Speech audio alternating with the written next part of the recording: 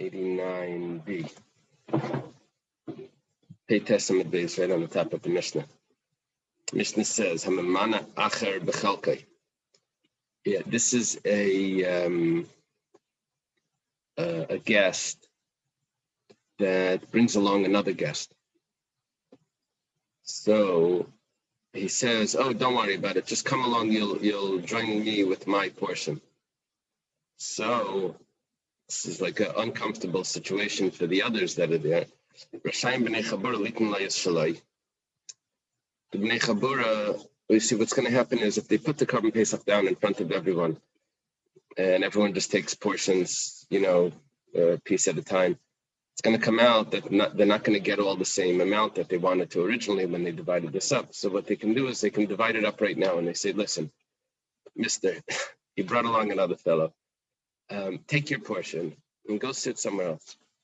They split it up initially so that they don't have difficulties later when there's not enough left. That's the Mishnah. The Chiddush of the Mishnah is that the Korban Pesach can be divided into two groups even afterwards. They can split up one chabura can now be split into two chaburas. When did the person invite him? Probably before the Shechita. Otherwise, I'm not sure how that would work. He invited him before the Shechita. Now they're coming to sit down. They separate into groups. Iboilu. Kumar has a question.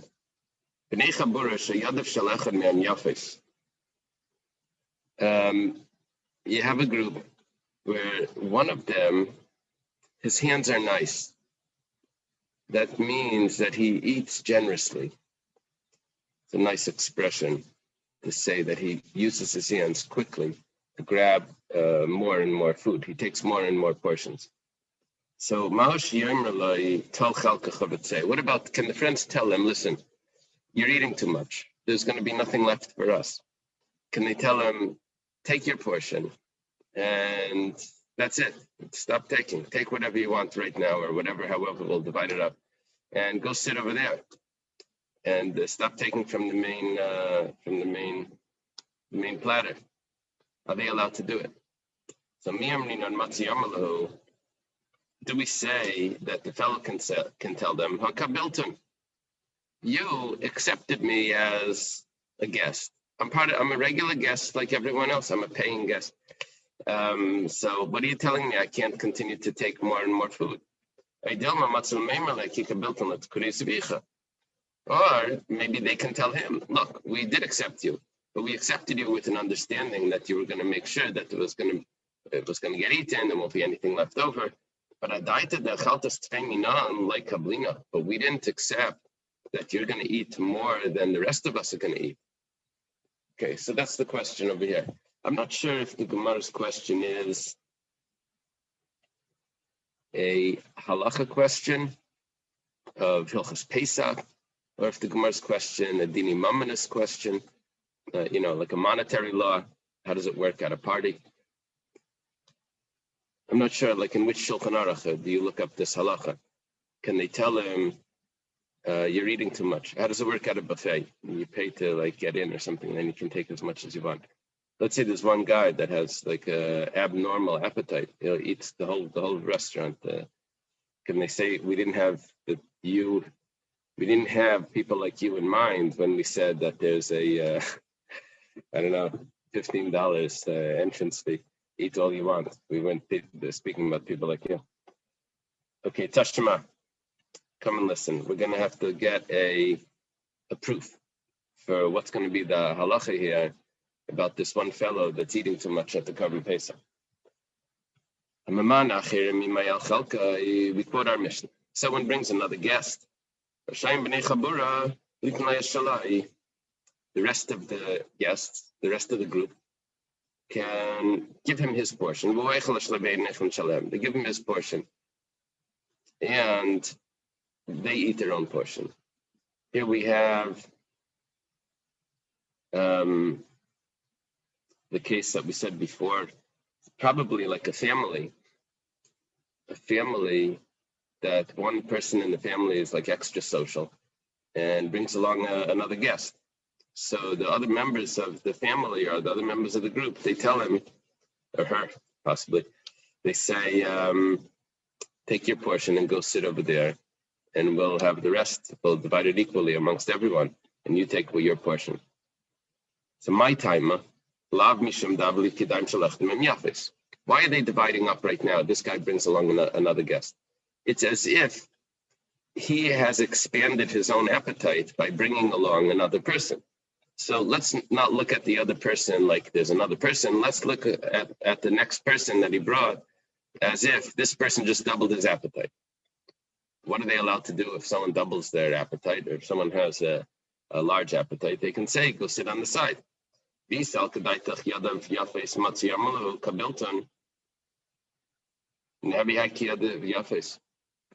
we say that the person that has a large appetite is able to tell the rest of the group, you accepted me into the group, now you can't tell me to go sit on the side with my portion. You can't tell that to me because you accepted me originally.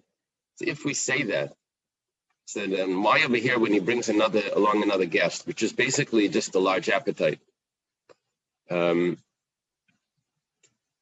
we view it as one person with if we view the two people, the extra guest and this fellow, as this fellow with a large appetite, an expanded appetite, so then why are they allowed to tell him to go sit on the side? If someone with an expanded appetite, the person can say to everyone else, look, you accepted me. You can't send me to the side. Amri, lied. They say it's much different. The comparison is not correct. You have one person that eats too much, and you have another person that brings along another guest. The bringing along another guest is different than just someone that eats too much. They are shiny. Here you have another person there. You have another deus. Deus means intentions. Even if both people had very small appetites and both together would only eat the amount of one person, they can still tell to this person, we don't want any strangers here. It doesn't have to do with the food. It has to do with the company.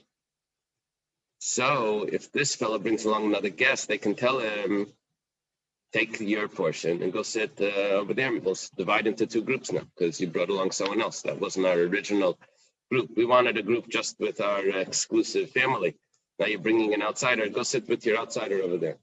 But if someone happens to have a larger appetite, they can't tell him that, oh, no, you're eating too much. Take your portion and go sit on the side. They can't tell that thing. Okay, Tashima. We said that one person is not allowed to eat the Korban Pesach in two places. Yeah, so how would they do it over here? I guess it just means to turn around. We can't eat it in two places. So if the shamish, which is the waiter, he starts eating the Korban Pesach next to the oven. Why? He tasted something while he was preparing the food. So now he's not allowed to go eat at the table where he wanted to eat. So if he's wise, he fills up his stomach with the food in the kitchen, because that's the only place that he can eat. Because he started eating there, he's not allowed to eat the Korban Pesach in two places, right? The bayis echad, I think it says, in one house, which means in one location. However, if the rest of the group want to do him a favor, they didn't start eating yet, so they could go and they can keep him company in the kitchen. They can bring all their chairs and they'll eat in the kitchen. Everything will be fine. That's what Rabbi Yehuda says. Ratzu in, lay ratzu lay. They don't have to do that, just if they want to. Why don't they have to? Why doesn't he tell them, but you accepted me? You accepted me into the group, now come sit next to me. This is a weak proof. We're trying to say that if once the group accepts him, they can't get rid of him. So we bring this as a proof that the fact that they don't necessarily need to go sit next to him, that means that they can also get rid of him. The Gemara says, 1 second. Shani Hassam, that's a different case. Yes, we accepted you into the group, but that's because we wanted you to serve us, and you should bother yourself for us. That we should now have to serve you, and we should move our seats and sit in the kitchen. That we never accepted. So that's not a proof to if the person can say you accepted me, now you have to let me stay, because this is a different story. Tashima. We have a clear brisa that is exactly what we were talking about. There's a group that's eating the Korban Pesach, and one of them has a large appetite. He eats more than everyone else. So Rashai and Leimar, the rest of the group can tell him, take your portion and go sit over there. Not only this, but even if it's 5 people, also Sibalis, and they made Sibalis apparently is some sort of party where everyone, I think, brings their own food. It's called potluck. Everyone brings some dish and they all split it together. The problem is that this one fellow that's coming, whatever he brought, maybe it was something nice, but he happens to eat more than everyone else. So they can tell him, Rashain Lemer, tell Chalkachavitzei, take your portion and go. Shmamina, here's a raya, that clear raya to the Gemara's question by the Korban Pesach. Can they tell a person that's eating more than everyone else to take his portion and go sit somewhere else?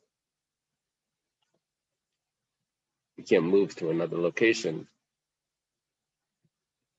I guess they mean just take your portion and stop taking more. Because you can't eat it. You really can't eat it in another house. My beloyot. What did the Gemara mean when it said the Brisa? What did the Brisa mean? It says not only this by the Korban Pesach, but even this. It says Laimi Bay come out. It's not only this. Laimi Bay Pesach, not only Pesach. The Matzir Maliki Kablinach Litzkunizvicha, that by the Korban Pesach they can say, look, we needed you because we wanted to make sure that we didn't have anything extra from the Korban Pesach. We're not allowed to leave over any extra meat. But even when it comes to a regular meal during the year where everyone brings food, Nami, the Tzavsa Bialmahu, that it's just company. Rashayin Laima like Talchal, even when it comes to just plain company, what are they doing this meal for? Everyone, they just want to spend time together. So you can say, why are you making such a big deal about the food? You invited me for the company, not for the food. So, I'm eating too much, but what does that have to do with what's happening here? So, but nevertheless, the Brisa says that they can still tell him, yeah, I know the company is important, but the food is also. And that's the situation. Okay. Seems like we have an answer so far, based on a clear Brisa. I'm sorry, Ikadami. There are those that say that the question was not exactly the way we explained it. This wasn't the question. Question is a little different. They're supposed to be sitting together and eating the Korban Pesach. They would probably serve a platter and everyone would take portions off the platter. Are they able to make pre-prepared dinner packages for each person and just hand each person their styrofoam container and say, take your Korban Pesach and go eat it wherever? Can they divide it up like that? That's the Gemara's question. Tashima.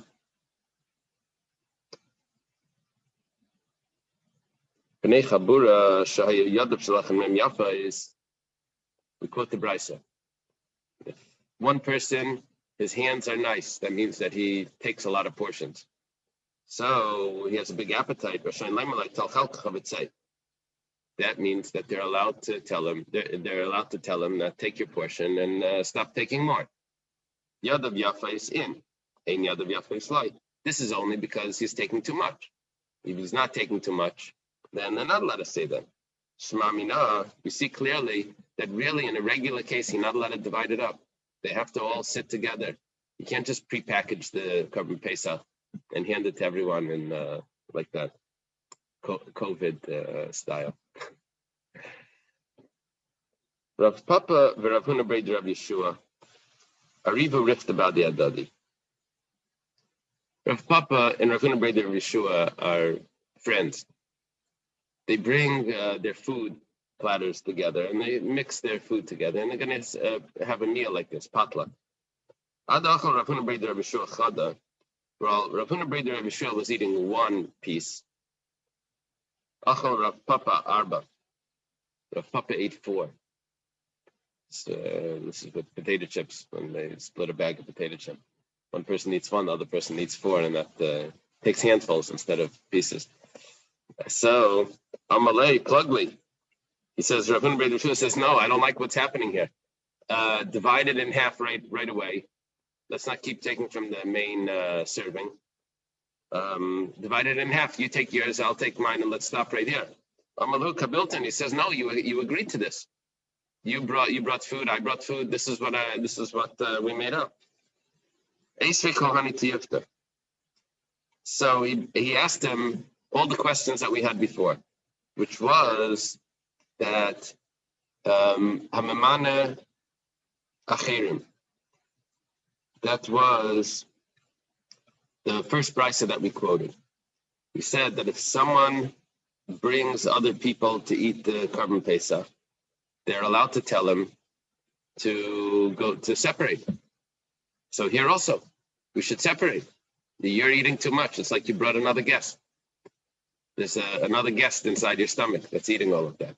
So the response, but they gave Mishani Kiddushanin, but they answered the way we answered. That no, over there was another personality. We didn't want the other personality, but the food that was accepted. Then he asked him the next question. What about the shamash? The shamash, they said that if he started eating in the kitchen, the people want, they can join him in the kitchen. But if they don't want, they don't have to. That means that they can tell him to go. He said, no, over there, it was because he had a job to do. He was supposed to be serving the other people. But the other people should have to move to him. That no one ever said. So therefore, we have no proof that that I have to stop eating like this and we have to divide it up. That was Rav Papa's response. But then he asked him the last brisa. The last brisa that we quoted was that if one person is eating more than the rest, they can tell him to divide, to take your portion and step out. Amalei, he says, Hasam da amrili ki kablinach litkuni zavicha. Over there, that was the Korban Pesach. Korban Pesach, they brought him for a purpose. They had to divide it so that there's nothing left over. However, you didn't bring me for a Korban Pesach. I'm here, Rav Papa tells Rav Huna Breder Rav Yeshua, because you wanted my company. What are you making such a big deal about the potato chips? Yeah. We're here together to schmooze. So, okay. But then Rav Huna Breder Rav Yeshua asked him the question about Siboilus. Siboilus is the potluck where they joined together. It wasn't the Korban Pesach. So that was already a good question. Over there, it wasn't about the Korban Pesach. It wasn't about finishing it. He says, then Palaglei, they divided it. Rav Papa took his portion. Rav Huna Breder Rav Yeshua took his portion. They divided up that meal. Also, Ravina. So Rav Huna Breder Rav Yeshua goes and he says, I had a bad experience with Rav Papa. He joins Ravina and they mix the food together and they're gonna eat together. Adachal Rav Huna Breder Rav Yeshua Chada, when Rav Huna Breder Rav Yeshua is eating one portion, Achal Ravina Tamnaya. Ravina ate eight portions. Amar Rav Huna Breder Rav Yeshua says, Meya Papi v'leichad Ravina. I'd rather have 100 Rav Papas and not one Ravina. Now the math doesn't work over there, but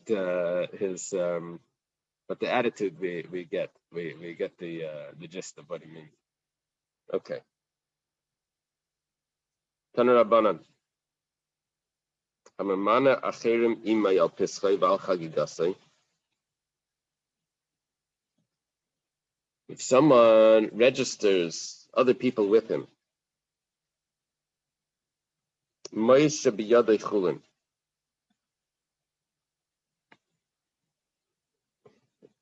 money that he collected from all the people that are coming, that's not considered sanctified money.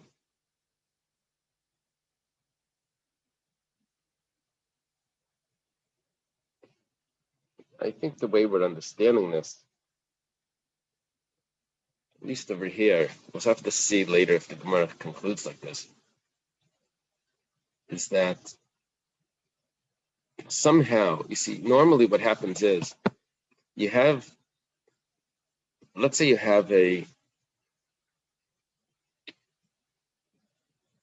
you have something that's sanctified, and then you bring money and you buy that thing that's sanctified, or you exchange the money for what's sanctified, then let's say you're paid the Meiser Sheni or something. So then the Meiser Sheni becomes Kulin and the Ma'is becomes Kaidash. It has to be that the holiness of one goes on the other and the other one goes out. The question is over here, I have a Korban Pesach. I also have people that are joining the Korban Pesach. If the people that are joining the Korban Pesach sanctified their money, they said this money is for the Korban Pesach, then they go and they give the money to the person that has the Korban Pesach, and the person is going to give them their portions. So it says that money becomes chulin. The problem is that if they were both sanctified, both the money and the Korban Pesach, so where does it go out to chulin? They were both sanctified independently. It's not like one of them was chulin and now it's exchanged. That's the problem over here. So we'll see soon. The Gemara is going to make a big deal about this. How are we going to understand how Ma'is should be a chulin? Rashi says it's mischalelin. It goes out. The Korban Pesach somehow isn't kodesh enough that the money, it's as if it's mischalel alam. How if the money was sanctified? I'm not sure how it works. The money was sanctified. I don't know how it goes out to chulin. We'll have to see it. The next page of the Gemara is going to discuss that. If someone sells his oila or his shlamim, they can't sell. The oila is designated for this individual, and the shlamim as well. However, in that case, you have a question? I'm sorry, and if I missed it at some point, just so we missed that, or it's not appropriate, I'm on with two things have been bothering me the last 2 days, amongst many other things about the Gemara. Number one is it seems this whole thing with you go sit on the side, don't lead anyone, seems really rude, like not an opposite role and against the whole code of clean and code of swear. It just seems antithetic to the whole concept here. Yeah. So that bothers me. The other thing is just a question. I know by benching, you start here one place, you have to come back to that, but does that by any chance come or have anything to do with the fact that the Pesach, how much it's smaller than Yachlu, we matzah, so have anything to do with this topic of where you are eating like with the way. Okay. Sorry. So regarding benching, that we're going to see later, Mishana Makkah, and that we'll see in Arvid Satan. Wait a little bit for that. Regarding the rudeness about sending someone, this page here is about uncomfortable situations with guests. So sometimes, you invite a guest, he eats the whole table. He eats everything. So he eats for like 4 people. So you have to have in your mind that you didn't invite one guest, you invited 4 guests. So no, it happens to look like one person, but so that's what the group is thinking about. Saying, look, we registered 1 person, we didn't register over here another 4 people. So Yeah. Someone sends his oiler Slamim, it's not sold. The person doesn't get anything from buying it. We're on the bottom of Peites Amud Beit. The money, whatever it is, ends up going to Nadava, going to the donation of the Beis Hamikdash. Now, there's a problem with this piece as well, because he really didn't buy anything, right? He tried to buy a carbon. He tried to buy a used carbon, not a used as in slaughtered, but it's used as already been designated for someone else. Maybe he's going to get it cheaper like this or something. So a carbon on Craigslist. So it turns out that that the carbon doesn't help him, but he loses his money anyway. So that doesn't seem fair. Anyway, the Gemara asks right away, if he doesn't gain anything, he doesn't get the carbon because the carbon is still belonging to the first person, and when it's offered, it satisfies the first person's obligation, not the purchaser. So why does the purchaser then lose his money? Rabba Knasa. Rabba says it's a knas. Now, I don't know how this would work. If I would think of an example here, if someone has something illegal that he's selling, illegal to be sold, I don't know what it could be. I don't know, some sort of drugs or something, like pharmaceutical things. Maybe it's not for resale or something. And then he sells it. Who gets into trouble? The purchaser or the seller? In America, both. Over here, what we're doing is the seller doesn't get into trouble. Here, it's not an illegal thing. It's similar. It's a carbon. The carbon's not for resale. So we make the guy that buys it loses money. So the way Rashi puts it is, he says if there's it's not the mouse that's the thief. It's the hole in the wall that the mouse climbs through. That's the thief. So basically, the fact that this person was able to sell it was because there was a purchaser here. We're blaming it on the purchaser, and it's a knas that goes on the purchaser. I think we say that. Yeah, we say that by stolen items, right? Right, and he loses out. What happens to the guy? Oh, well, he stole it. The guy who stole it, he has his own problems. He has his own problem, the guy that stole it. But what about the resale of it? What would that be? That's the thief gets into trouble because he stole. Stolen item, he's in trouble to be no question. Right. But the other guy can't, he can't say, well, I want my money back. Right. You need to investigate. Right. So now the Gemara says, a Michael Shem. What does it mean, the money, whatever it is? Gives a very interesting teretz.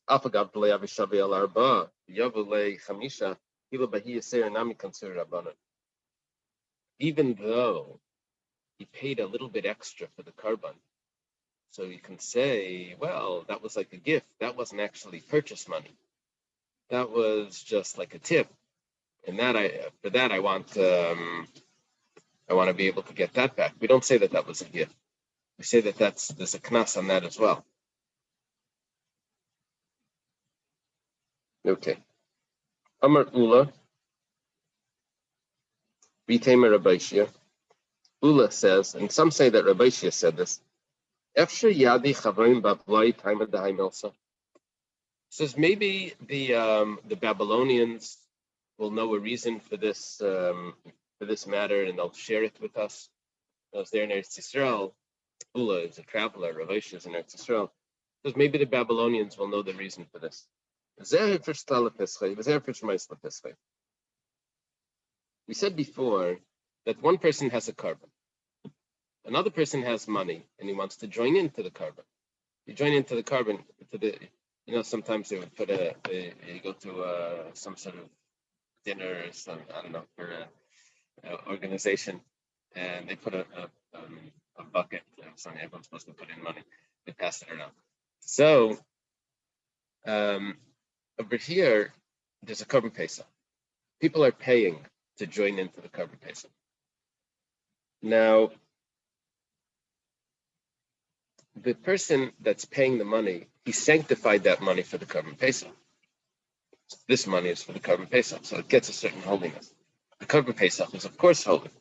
So Zeh Hifrish Talel Pesach, the Korban Pesach was a sanctified, consecrated sheep, lamb. Zeh Hifrish Moisel Pesach. Heich Hektish Chalal Hektish Diktoni Moshe Biadichulet. How does the money that was already sanctified go out from being sanctified? If the Korban Pesach wasn't sanctified and you purchase it with money that was sanctified, they'll say, oh, the sanctification is going to go on the Korban, and then the money goes to Chulin, and the seller is now able to use that money. But, or the opposite, if I say that the money was not sanctified, and the Korban Pesach was, yes, sanctified, I'm not going to get a Korban Pesach going to Chulin. If it could be redeemed, if it would be Ma'aseh Sheni, if the same thing would be Ma'aseh Sheni, but I'm not redeeming the Korban. But here there's an assumption that the money was sanctified.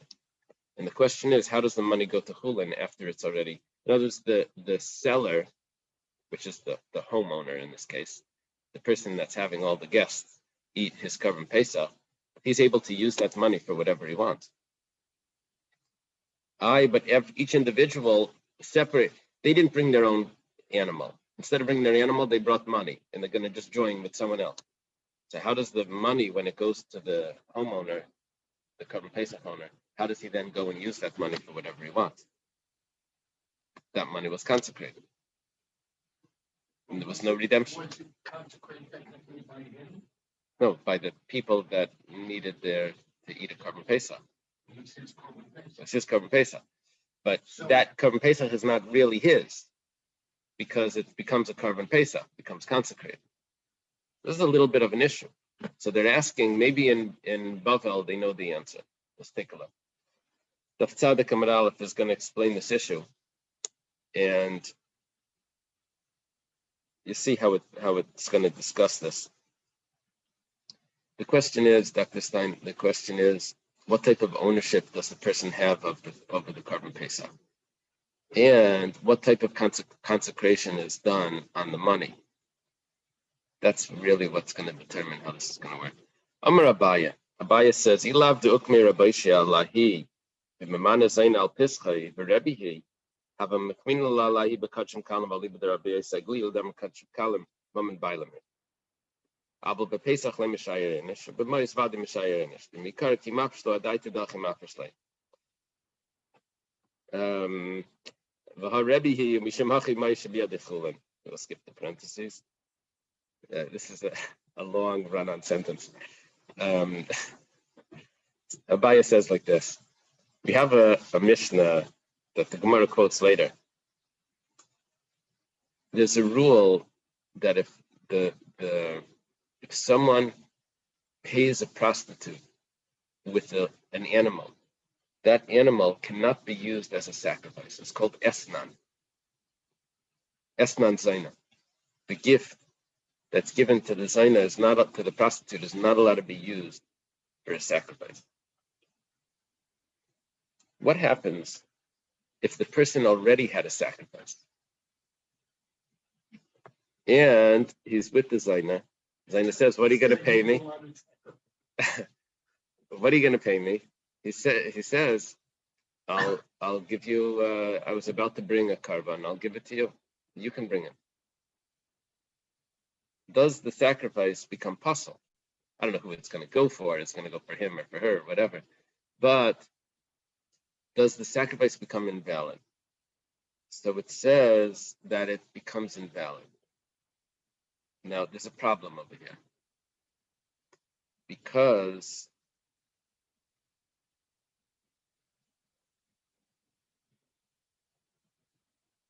really, the sacrifice doesn't really belong to him.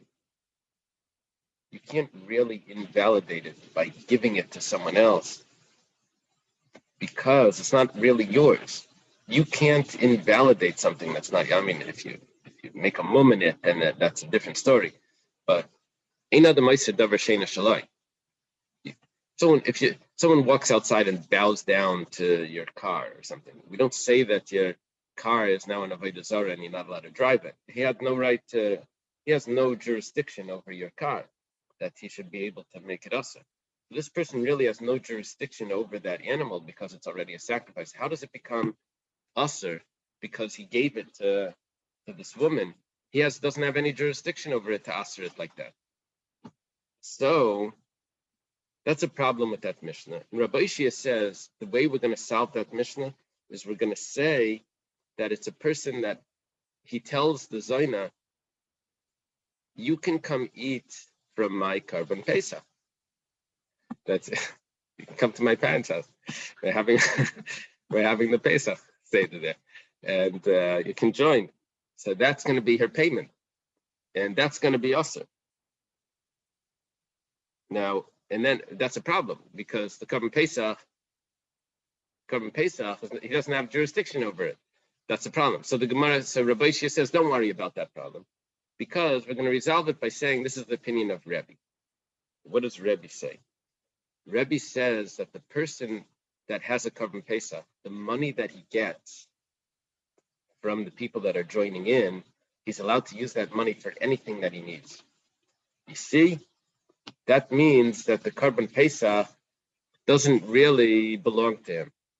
I'm sorry, the opposite. That means that the Karban Pesach really does belong to him, and he still has jurisdiction over the Karban Pesach from the fact that when the money comes in, he's able to use it for whatever he needs.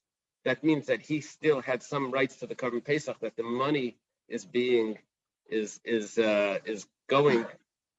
sold that part that he owned. What Rebbe does is Rebbe adds ownership to him on the Karban Pesach. Okay. Comes along Abaye and says, that's Rabbi Ishia's pshat in that Gemara, in that Mishnah of how the Esnan is Chal al Makdashim, how a Karban could become Aser. He says, if not for the fact that Rabbi Ishia did that, I would have said it totally different. What was the case where the Karban becomes Aser because it was given as a gift to the Esnan? That's talking about Kachim Kalim, and it's Rabbi Yossi Aglili. Rabbi Yossi Aglili holds that Kachim Kalim is Mam and Bailim, sacrifices like a shlamim.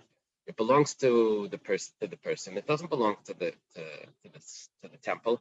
A person can use a shlamim, according to Rabbi Yossi Aglili, to marry a woman. He can give it to her as kedushin, and it's considered a good marriage. It's Kachim Kalim is Mam and Bailim. It belongs to him. And I would have said it much simpler. Talking about Rabbi Yossi Aglili. Why wouldn't I have said that it's the opinion of Rebbe, where Rebbe says that a Karban Pesach really belongs to him?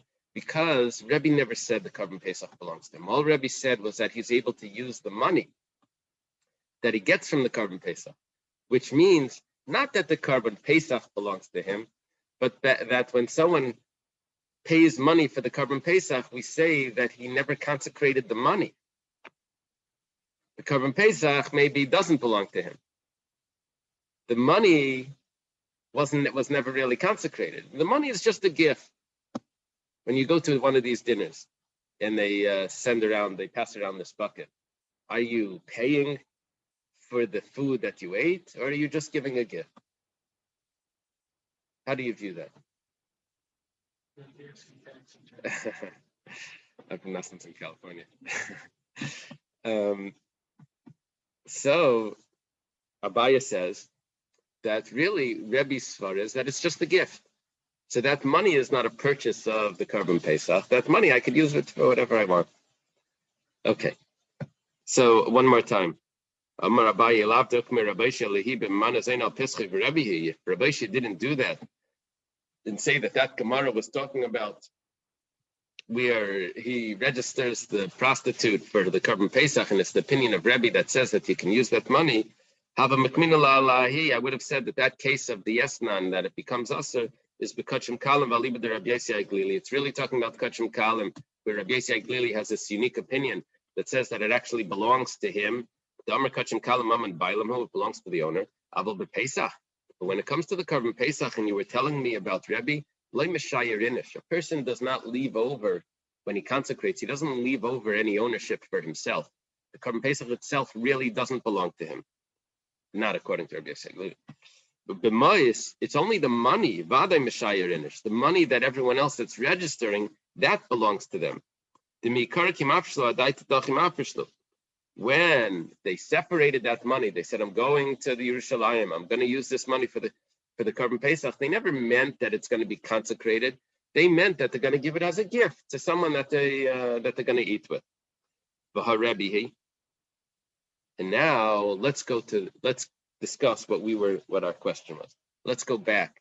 We said that if someone joins other people into his Korban Pesach, the money is chulin.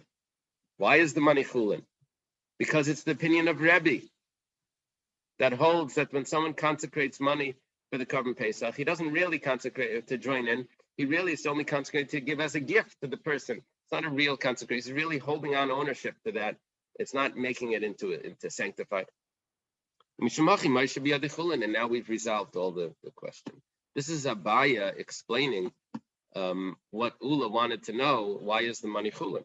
However, he said, Abaya is saying, I would have said this if Rabbi Shia didn't say that this is not the case.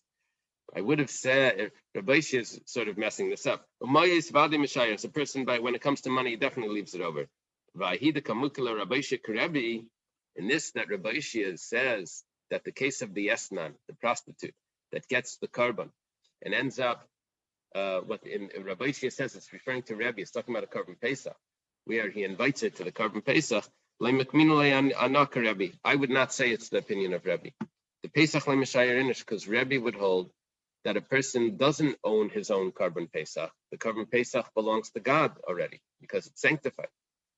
And so therefore, skip the parentheses. And the Korban Pesach, looking Rabbi Yossi. The case that we're trying to explain here, where we said that the money that's given for the Korban Pesach becomes chulin, if you read one more line, it says, if someone sells his Korban, he doesn't do anything, and the money is nedava, that would not fit with Rabbi Yossi Aglili, because Rabbi Yossi Aglili says that it's a good sale, and the money is not in nedava. Rabbi Yossi holds you can give the Korban to a woman and it becomes kedushin. He holds that he owns it. It's only not Rabbi Yossi Aglili that holds that he doesn't own it. Okay. That's all of this is Abaya saying that this is what I would have liked to have said.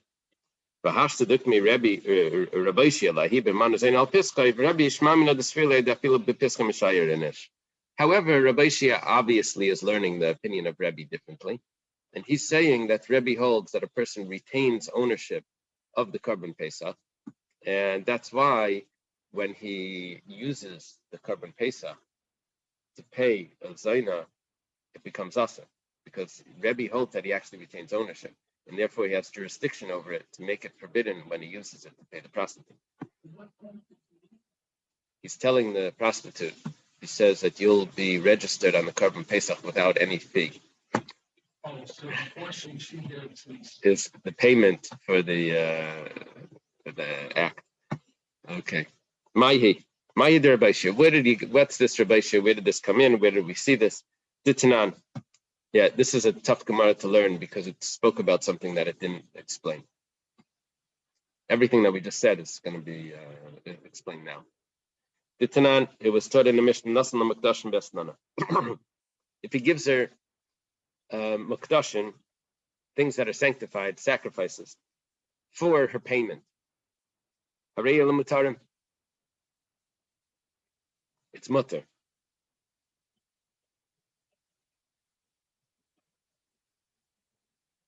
We'll see the case of the Korban Pesach later. Officially, it's mutter. Why? Because it's not his. Oifis to chulin, if it's birds of chulin that he uses to pay him, Arielu asurim, then those birds become asa. Now listen to what the Gemara says, the Bryce, the Mishnah. Shayabadin, because I could have thought that it was really be the opposite. I could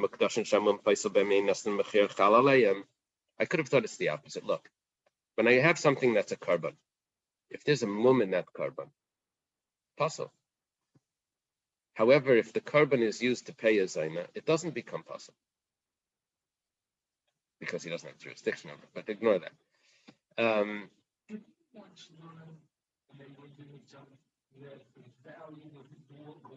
Yeah. That itself is not allowed. Yeah.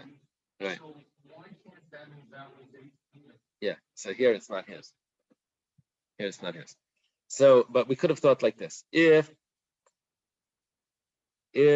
something that has the laws of a mum, which is a regular carbon, doesn't become forbidden when it's given as an esnan, as this gift. When it comes to birds do not have the laws of mum. A mum on a bird is not a problem. It only needs to be male or female. That's the only issue. It's a seed. Thomas Vazafras, right? Oh, I'm sorry. There is no din of male. If there's no din of male or female, then there's no din of mum either. So, then for sure the bird should be kosher if it's given as a gift. There's no din of mum by a bird. If where there is a din of mum, we say that esnan doesn't affect it. Where there's no din of a mum by a bird, for sure the esnan shouldn't affect it. It says no. Any of your donations, including birds, are not allowed to be from an esnan. Okay. Now the Gemara says, well, let's do it the other way now. So let's go back. If a bird becomes asur from an esnan, so for sure a sacrifice should be asur.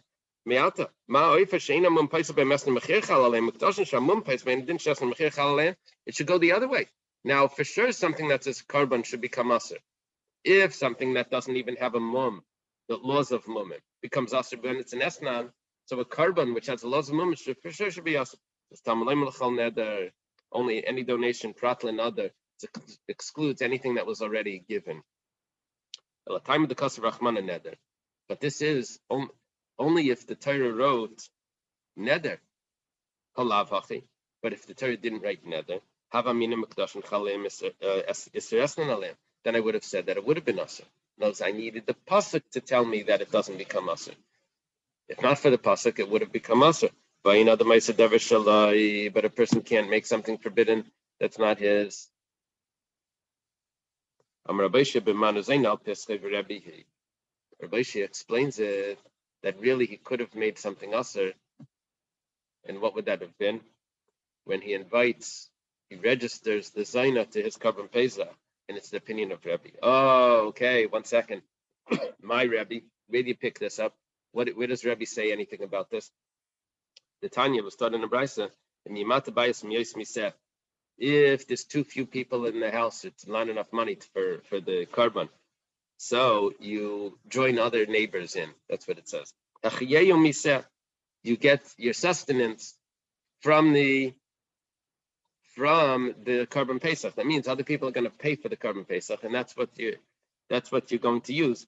You can use that money for food, but you can't use it for business. Rabbi says no, you can even use it for business. Because if he doesn't have enough money, he can join other people into his carbon, and the money that he gets is chulin, and he can use it for business.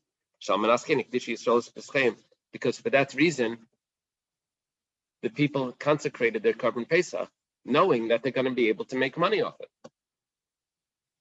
Sounds like he's retaining some of the ownership of the carbon Pesach, and that's what we wanted to bring out, that Rabbi Shia would hold that he still has some ownership of the carbon Pesach. And that's why that jurisdiction that he has over the Karban Pesach is able to make it forbidden when he uses it to register the Zaina. Rabba v'Rab Zeira. There's a machlekes here. What's the machlekes? It's machlekes Tanakam and Rebbe regarding what you can use the money for that you get when you register other people for the Karban. That's a machlekes Rabba and Rab Zeira. Everyone agrees that if you need the money to buy wood to roast the Karban Pesach, you can use it. Even that the kanta the Pesach, kagupa the Pesach dummy. It's fixing the Karban Pesach. That's part of the Karban Pesach. Keep pligi b'matzah mar. The whole machlekes is regarding matzah and mar. Rabbanan savri ha'achila achritihi. The Rabbanan say that's a different meal. Rabbi Savar, Kivin Dachsheira the Pesach, Gufa the Pesach Nami. What does Rabbi mean? Rabbi means that you can, it's because that allows you to eat the Korban Pesach, that's considered part of the Korban Pesach. So far, there's no real jurisdiction over it. It's just that the money is being used for the Korban Pesach matters itself. The other opinion was either Rabba or Rabzera. Everyone agrees you can use the money that you receive to get matzah and maror. The kiven the machsharin and the pesach.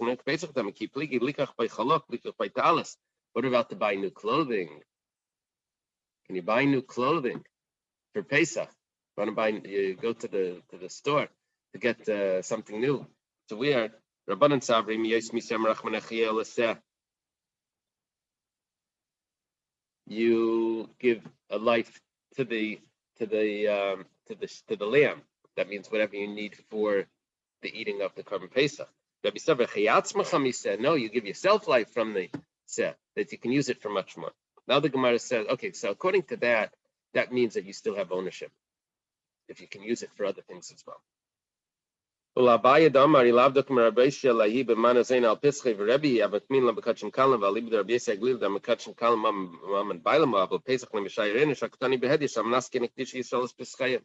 Abaya said that a Korban Pesach, people do not retain ownership.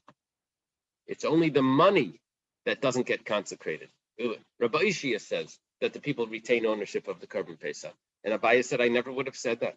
I would have said that it's the money that people give is given as a gift.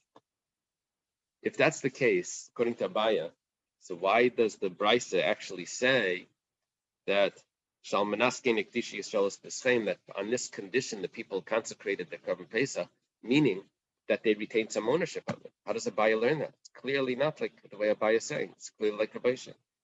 Abaya says not that they consecrated the Korban Pesach.